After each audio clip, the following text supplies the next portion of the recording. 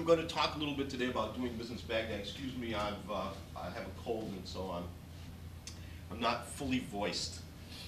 I'm fully interruptible, so please feel free to interrupt with questions at any time, and I will do my best to answer them. First of all, let me introduce myself. Who am I? I am a consultant. I've been a consultant for a long time. Two cartoons up. The first one is a Drabble cartoon, in which Wendy says, "A penny for your thoughts, Norman." He says, "Really?" And comes home and says, "Dad, I've been offered a job as a consultant." But the real punchline is, my 2 cents worth, $1. That's what a consultant really is. So I multiplied off Norman. I've actually been consulting probably since about 1963, when I consulted to NASA and the Center for Urban Studies at Wayne State University,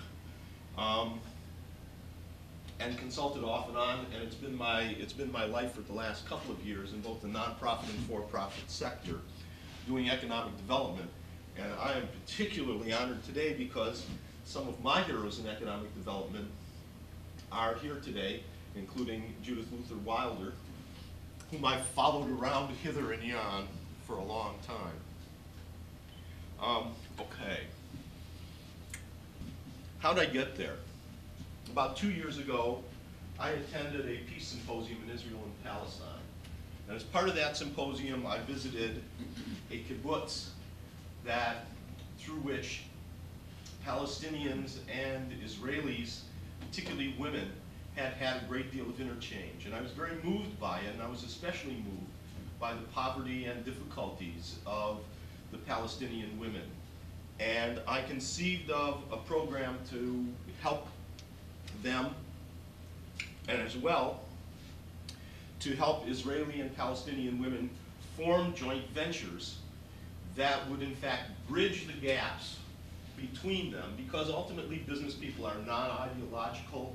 They care about one color, that's green typically, and what they want to do is to create environments that are good for business. And sometimes those kinds of stable environments help. However, it wasn't long before Hamas was elected, and that project fell by the wayside. People with whom I was collaborating on that project said, "Have we got a plan for you?" And they asked me if I would go to Iraq. I turned them down a number of times, but ultimately I said yes, because I felt that it was really the duty of a patriotic American to in fact see if we could make something good come out of all of the destruction that had taken place there. And so since my specialty was economic development, that's what I decided to do. There are two other things listed here.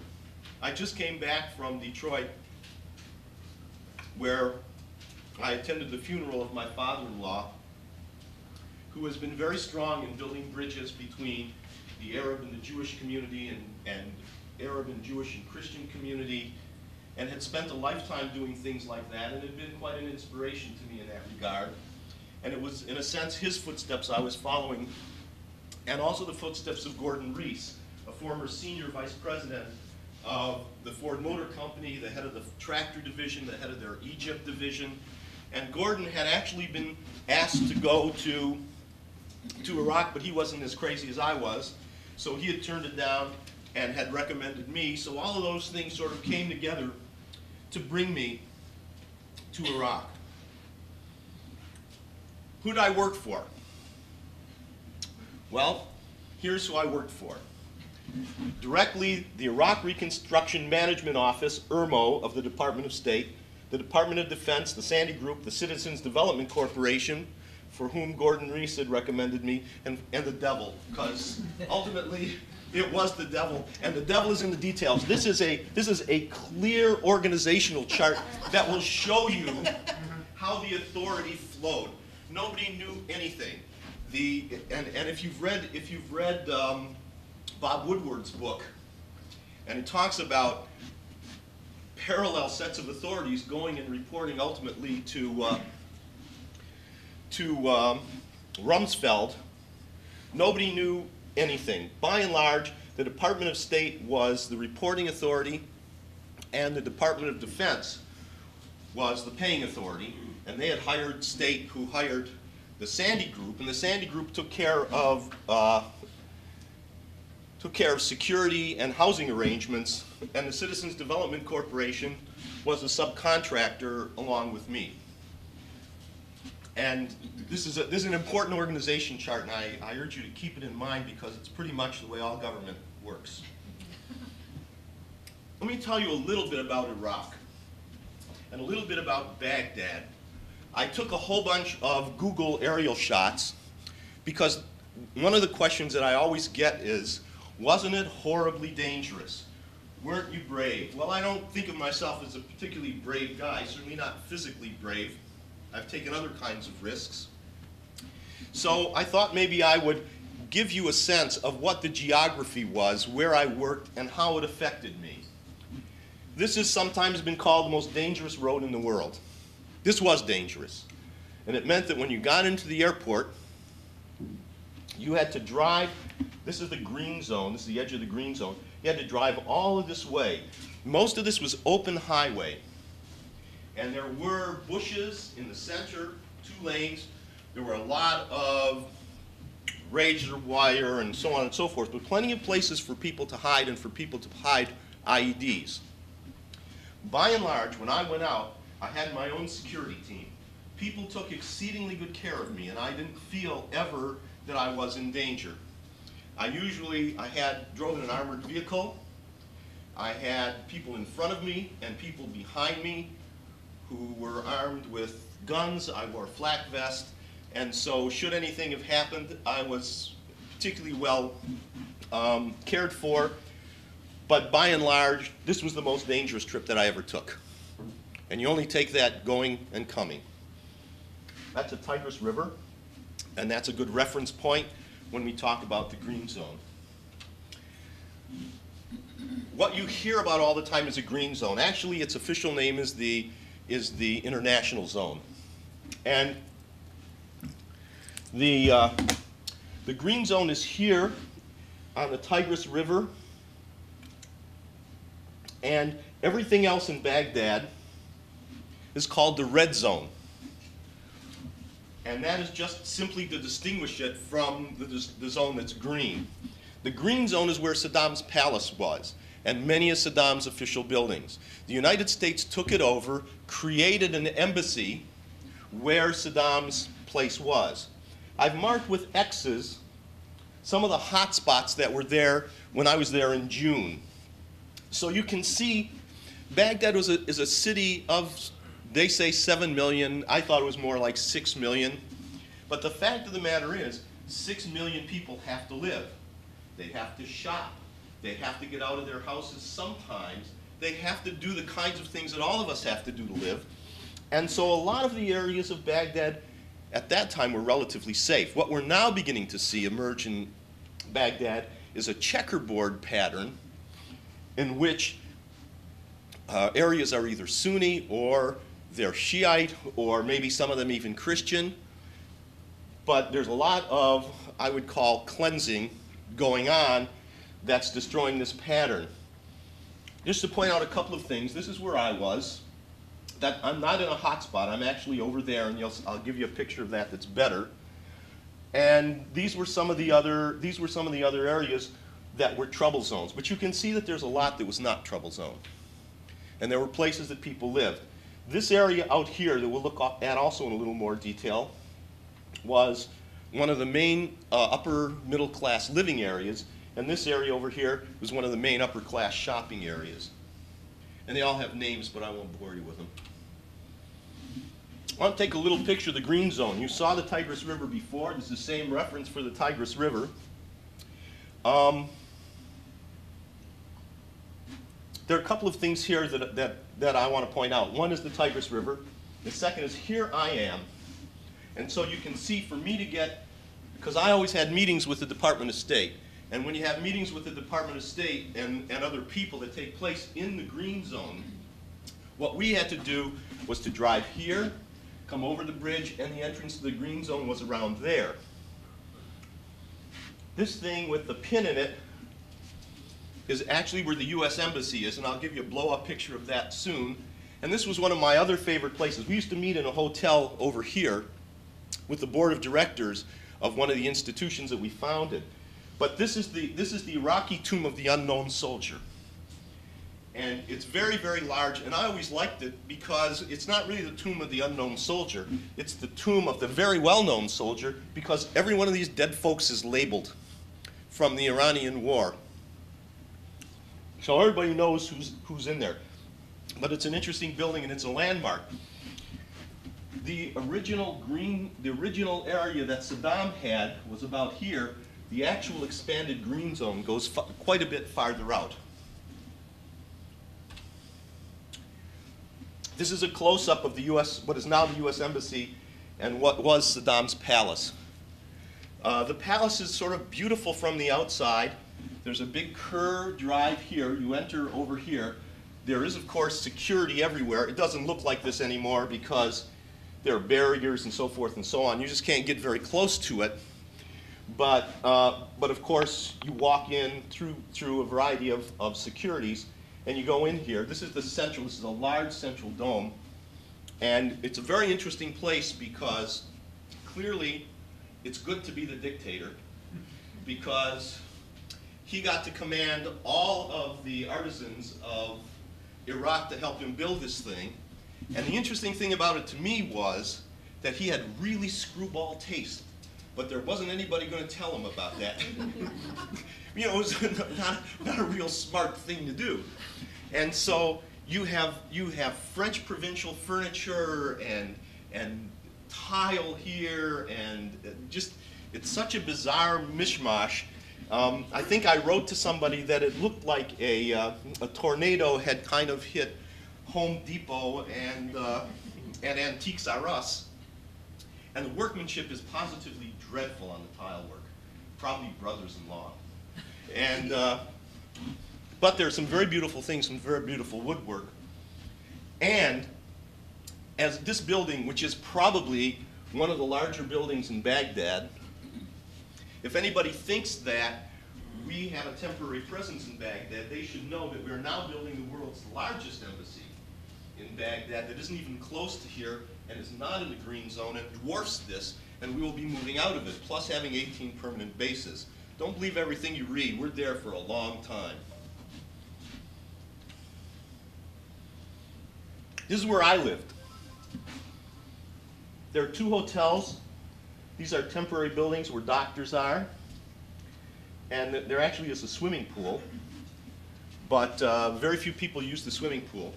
There are far more men than women, and the women were always afraid to use the swimming pool because all of this area was lined with, even at night, was lined with soldiers who had night vision goggles. And need I say more? This street is Sadoun Street.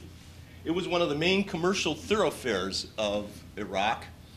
And this hotel, which was a kind of dilapidated hotel, had its entrance here onto Sadoun Street. Then this was a lovely concourse. And this hotel, which is the Baghdad Hotel, or this hotel, had its entrance on this street that I pointed out that we went to go to the green zone. And there was a beautiful park here, and the Tigris River is here. That's your reference again. So what's happened now is that this is cement barriers, blast walls, and razor wire. Cement barriers, blast walls, razor wire, machine gun nest, machine gun nest, machine gun nest, machine gun nest, 20 tons of barrier that are put in place by cranes every night. Very highly secure area, and no entrance here, no entrance here. The 2 entrances now face each other. This is where we ate, this is where we slept, and we were surrounded by 800 people who were training the Iraqi police forces.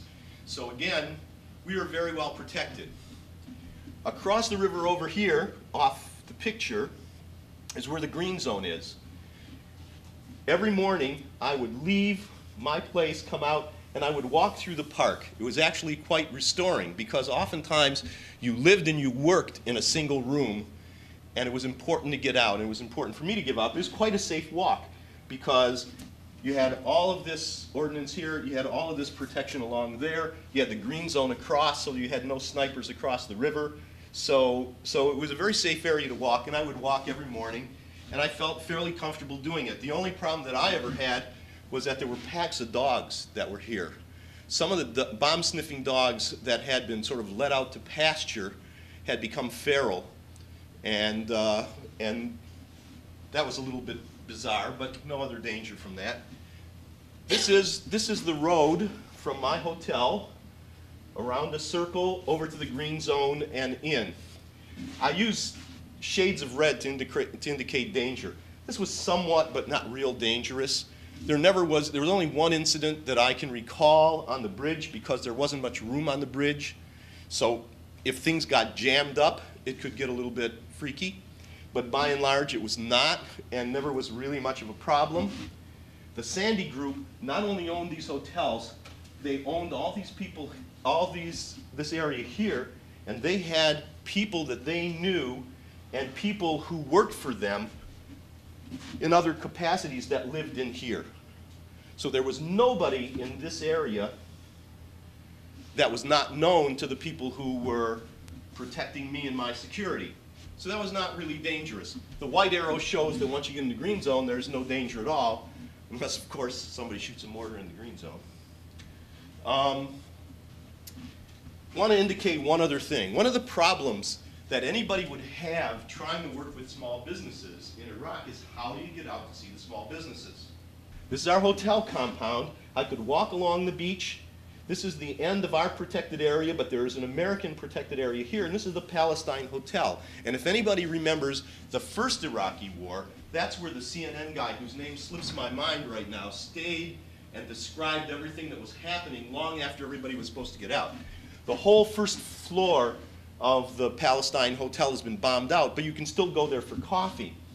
Iraqis could come here and could walk in, and nobody knew that we were here, nobody knew that they were there, and the State Department couldn't go there. So when I wanted to talk to small business people, and when I wanted to talk to people on my board of directors out of the hearing of the State Department, this was a wonderful possibility for me to do it. And again, safe for me, a little more dangerous for them, but safe for me. The problem with any Iraqi having anything to do with us and with Americans is that they were exposed and their families were exposed. And that's no small thing because, well, we all know why, because. That was Wolf Blitzer, wasn't it? No, it wasn't Wolf Blitzer, it was somebody else. Bernard Shaw? Yes. Yeah, I think it was. I think it was Bernard Shaw. I just wanted to point this out because, for a couple of reasons. This is a brand new mosque that was going to be the biggest mosque in the world. It was being built by Saddam. It is in an area of the city, a rich area of the city called Mansour, the Mansour district.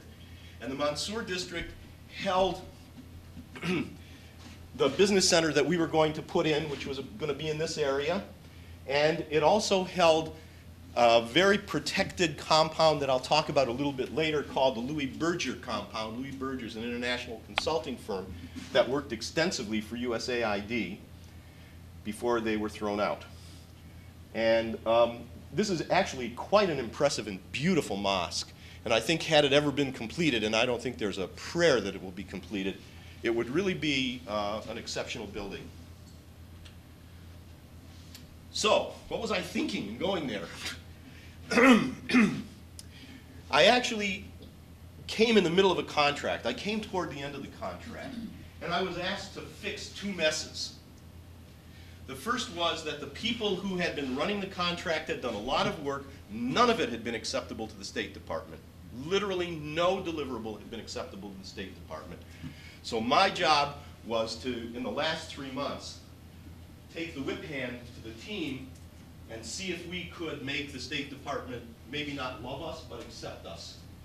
And that was one of the things that I was contracted to do.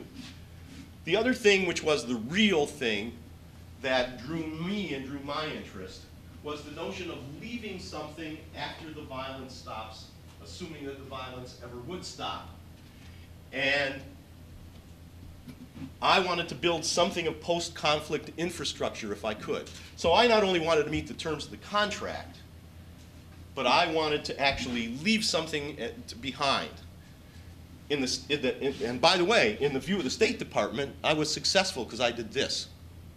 In my view, I'm having a lot of trouble because it's hard to think that we left much of a footprint in the sand with what we did. It's actually heart-wrenching to think that. So what were the deliverables that we had to have? We had to do multiple surveys of business, of the status of business in Iraq and Iraqi business needs, because that was to serve as the basis of a business plan for an Iraqi business, private business center. Baghdad, rather, excuse me, private business center. And so we did a lot of surveys of Baghdad business in order to have the foundation and to create a marketing and a business plan for the Baghdad Business Center. We were also to produce a yellow pages of the businesses that we surveyed. But this is Baghdad. And so we created yellow pages of businesses that had no addresses. Because if you give somebody your address, you're asking to be blown up. I don't know why it's possible to even have yellow pages without addresses, but that was the job. We did it. Then we were to use the basis of our Baghdad experience. It's actually a little more complicated than that, to create a best practices manual so that if anybody wanted to duplicate what we were doing elsewhere in other cities in Baghdad, and it had been attempted in Kirkuk and it had been attempted in some other places in Baghdad, they could do it. Then we needed to put together the board, to train them, and to get the whole thing kicked off. And finally, the contract called for the creation of an all-Iraqi business alliance that put together business centers, business chambers, and all business support organizations. Obviously, in 3 months, with none of these things delivered, we had to make some compromises. I was able to renegotiate this and say that this needed to be virtual so that we could never form it. And we made progress as best we could on the rest of it. The second big issue, of course, was security. And I've indicated some of this need in human cost, because they couldn't really figure out oftentimes what was going on the ground. You know who knew what was going on the ground? Soldiers. Because they were seeing it day in and day out. Sometimes they're packed into camps and they can't really see things, but the people who are on the street were on the street. And it's not the same kind of soldier that we have seen in the Vietnam War and elsewhere. A lot of these people were plucked in mid-career. One of them that I was very, very concerned about was in Diyala. His name was Greg Amira, and he was a vice president of Dean Witter and was in the towers in 9/11 when it was bombed. And he was pinned for 5 days, and his body was partially crushed. And he spent all of his time in rehab, and when he got out of it, they said, "Oh, you haven't finished your reserve. Captain, you're going to Iraq." He said, "No." And they said, "No problem, we'll just court-martial you and you will lose all your benefits." And for a guy who didn't know what life would bring him later, that was just too much of a risk to take. So there he was, in one of the hottest spots in which 10 people were recently killed. But he's a 41-year-old guy. He had an MBA, he had a career, and if you watch the NewsHour at night, where they do this silent announcements of soldiers who have died, well, in Vietnam, those average ages would have been 17 or 18. Now you're seeing people who are, I saw one 57 the other day. You're seeing people who are older and more experienced, and they're in the thick of things, and they're seeing what's happening, and they know it from a highly practical way. And so they're very good people to interact with and interchange with. And then there are monetary costs. I can give you a wonderful example of monetary cost, aside from the fact that contracts are mostly taken up by security. But I had a deliverable that was a written deliverable. I can't remember which particular one it was, but it had to be in the green zone on a certain day. But we were in lockdown that day. That happened from time to time. And that meant nobody goes nowhere. That you do not go out on the street. There is no way for us to get out. But our security guys could go out with permission, because they could get advanced permission. So the 2-mile trip across that bridge, I made a CD-ROM and I delivered the CD-ROM. It cost 3 cars and $3,500 to take that half-hour trip. And that's the cheapest security you can buy. If I had worked for Louis Berger, that would have been an $11,000 trip.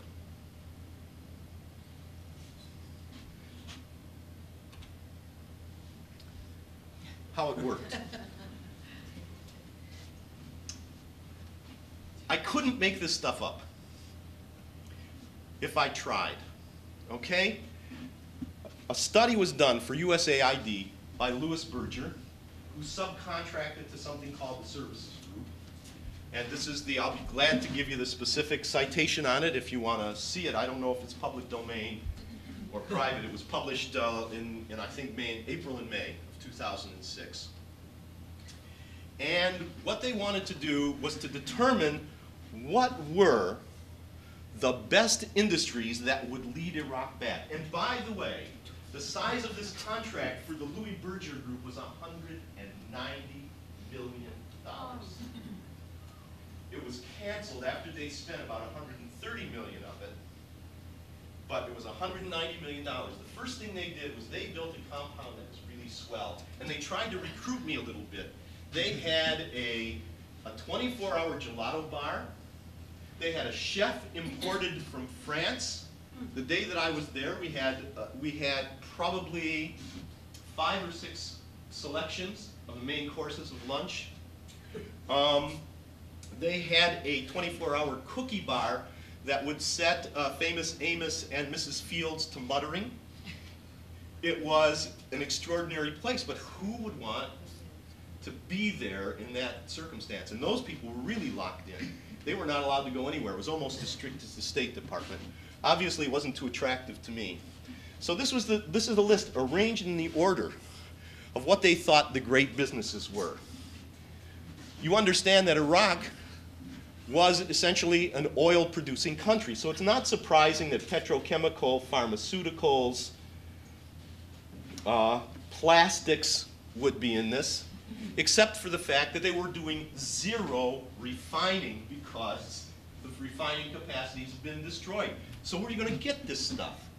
The other promising things were fisheries. They have the tiniest outlet to the sea, by and large not something that you have to go through Mosul on the south to get to it. Mobile telecom, that makes a certain amount of sense because all the wires have been knocked down, and there are lots of satellite dishes for both television and for computer.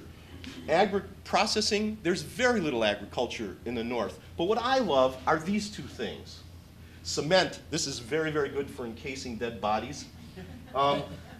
Financial services, there is no banking system. And tourism, the number one industry that this study determines has potential to bring Iraq big dough is tourism. So you can understand why it would be that I would have a little trouble believing the things that they were telling me about business. Now, there is a certain amount of ecotourism in the north, but that's Kurdish. And you can actually walk on the street in Kurdistan, and you'll be okay, probably unless you're an Arab. Kurds don't like the rest of Iraq too much, but it's safe. This comes out of this 2-volume study. It's about 220 some odd pages of stuff. And there was a lot of work that was going on like this. The State Department took it as some of their main ideas. This was a USAID study.